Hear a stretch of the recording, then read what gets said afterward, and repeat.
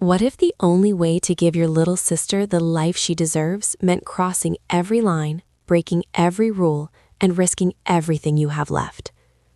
What if survival forced you to become someone you never wanted to be, smiling through cruelty, hiding in the shadows, and playing a deadly game with a powerful man who thought he owned the world? This is the raw, unflinching true story of a young man who promised his dying mother he would protect his sister at any cost, and the shocking confession that reveals how far he was willing to go. From desperate border crossings and refugee camps to billion-dollar mansions and one perfectly executed plan, get ready for a story of unbreakable sibling love, quiet revenge, and the heavy price of survival. Stay until the very end. The final revelation will leave you stunned. If you're new here, make sure to hit that subscribe button and join the community right now. You won't want to miss what happens next. I grabbed my 5-year-old sister's hand and made a run for it. If we got caught, it'd all be over. We couldn't get sent over the border. We just couldn't.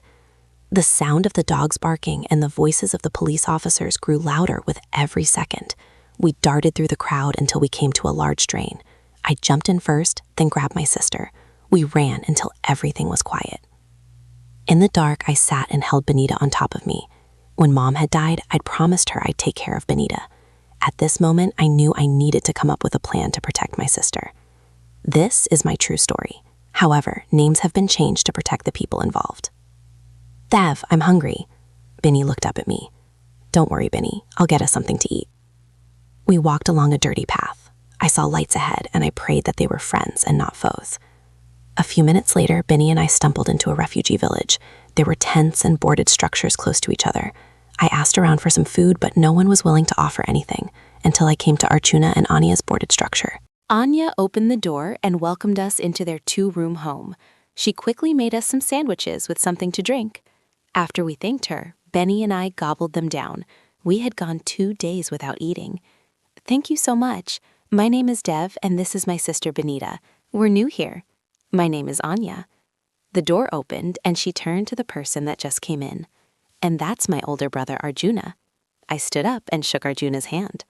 So, what do you guys do for jobs? There is a company that trains young men to be assistants to billionaires. It's nothing glamorous. We get less than minimum wage, but the income is steady. How soon can I start training? You can start tomorrow. I need to get someone to watch Benny. I'd love to watch her, Anya offered. You guys can stay here until you get on your feet. We don't have much, but someone helped us when we first started, so we're paying it forward.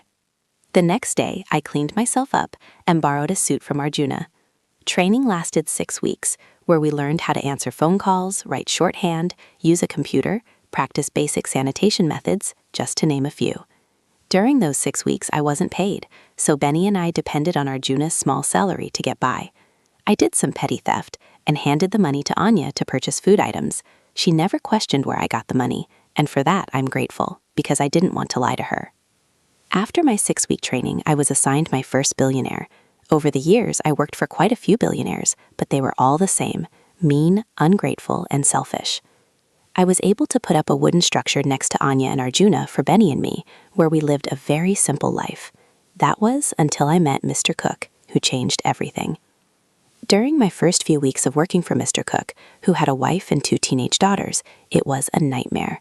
I was expected to get to his home at 5 a.m., where I was instructed to iron Mr. Cook's suits and shine his shoes.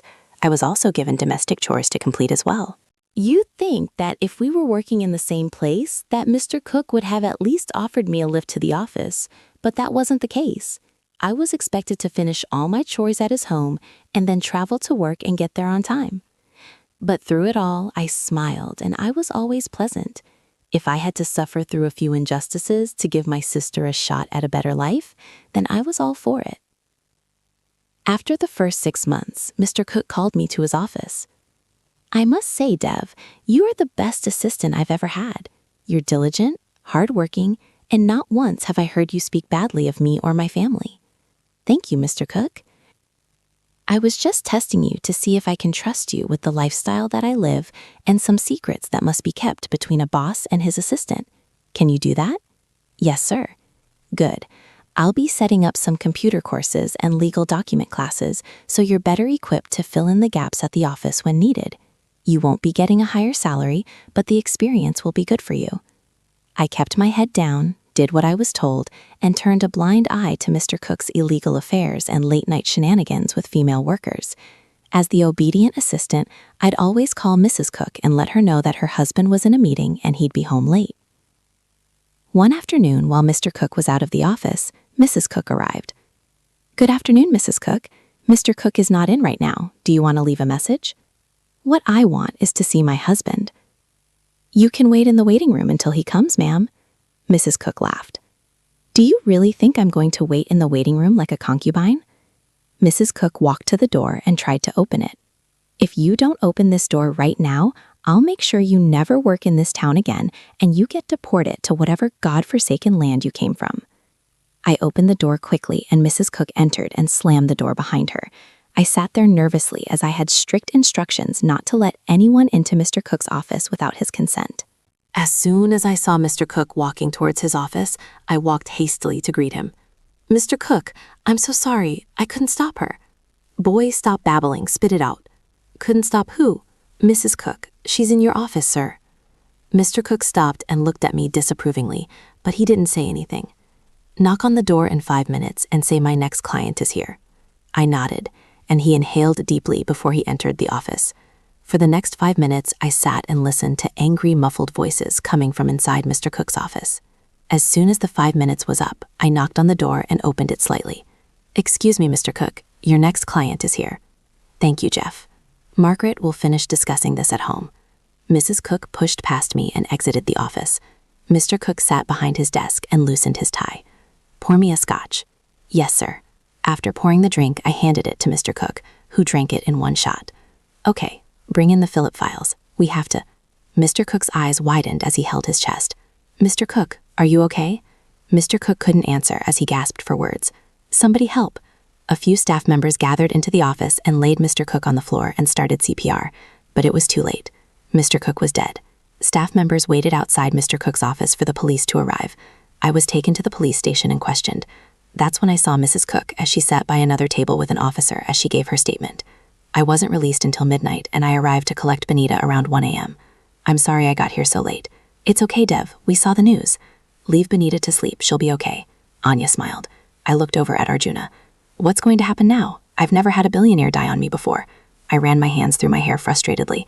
"I'm sure the company will line up another job for you soon." "I sure hope so, for Benita's sake."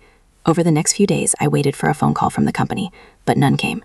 I wondered if Mrs. Cook made good on her promise to ensure that I'd never work in this town again. On the news, it was stated that Mr. Cook had died of a heart attack, so I was no longer a suspect in Mr. Cook's death. Even though this was the case, the company never called to assign me a new job.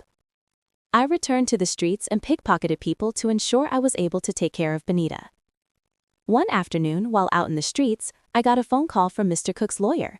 He wanted me to be at Mr. Cook's reading of the will. "Arjuna, do you think I should go?" "If you're invited, it means he left you something. Either way, it won't hurt to go and see what's up." On the day of the reading of the will, I walked into Mr. Hudson's office waiting area. Mrs. Cook and her 2 daughters were there. A few seconds later, Mr. Finland entered. "Thank you all for coming."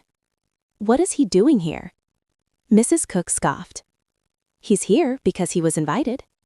"Shall we go to my office and begin?" "He has no right to be here. What could Stan possibly have left for this low-life assistant?"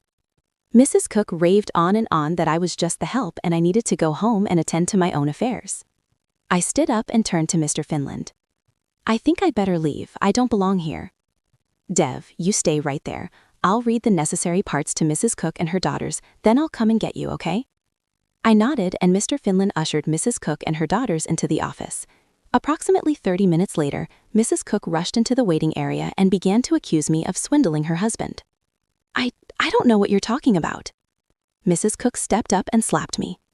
"Security, get her and her daughters out of here now," yelled the voice from the door of the waiting area. After they were escorted from the building, Mr. Finland apologized to me. He also asked if I'd like to press charges against Mrs. Cook, but I told him I just wanted to get it over and done with, so he ushered me into his office. As I sat in the office and Mr. Finland read the will, tears came to my eyes. Mr. Cook had left me $10 billion. You're not joking, are you? Mr. Finland laughed. Oh no, this is all legit. I guess you really made a mark on him. We also found documents where Mr. Cook was putting things in place so you'd have citizenship, and I'd like to finish the proceedings. I nodded and gave Mr. Hudson all the information he needed so that I could receive the inheritance and the information needed to get citizenship. I have some friends. Can you help them with their citizenship as well? Sure. Mr. Hudson handed me his card. Have them call me tomorrow so I can send all the paperwork in at the same time. Over the next few weeks, Mr. Hudson helped us set up ID cards, bank accounts, birth papers, and citizenships. As soon as I received the inheritance, I gave Arjuna and Anya $1 billion. We purchased homes next to each other in suburban neighborhoods. We didn't want anything flashy to bring attention to ourselves. We were now able to enjoy our lives on our own terms. My story seemed to be a lucky one. Or was it? I have a confession to make. I was a computer hacker in my country. However, I knew I had to play possum if I wanted my plan to work. The goal was to get Mr. Cook to trust me, and once that goal was complete, I had everything else in the bag. Once trust was enabled, I had access to everything Mr. Cook had access to. Things such as his medication, legal documents, and of course a computer. With his heart condition, it was easy to switch his medication to one that would induce a heart attack. And with his constant use of alcohol, it sped up the process. Next, I gained access to Mr. Cook's will and made adjustments where necessary. It was easy to get Mr. Cook to sign his will, since he signed documents without reading because, yep, he trusted me. I also left citizenship documents in Mr. Cook's office drawer. After all, what harm could a refugee boy do to a douanier? Mr. Cook was just like the others. He had everything going for him, but he chose to be arrogant and selfish. I was able to fulfill my promise to my parents, and now Benita and I have a life that we deserve. You can lose sleep over what happened to Mr. Cook, but I can assure you that I don't. If you've ever had to make impossible choices to protect the ones you love, or if a story of survival and quiet justice moved you, drop a comment below and share your thoughts with us. We'd love to hear it. Like this video if you felt the weight of Dev's sacrifices and the power of unbreakable sibling love, and share it with your friends so they can experience this intense journey too. What do you think? Does Dev's confession change how you feel about his happy ending? Would you have done the same to protect your family? Leave your thoughts and predictions in the comments, and don't forget to hit the bell icon to get notified about future stories. See you soon!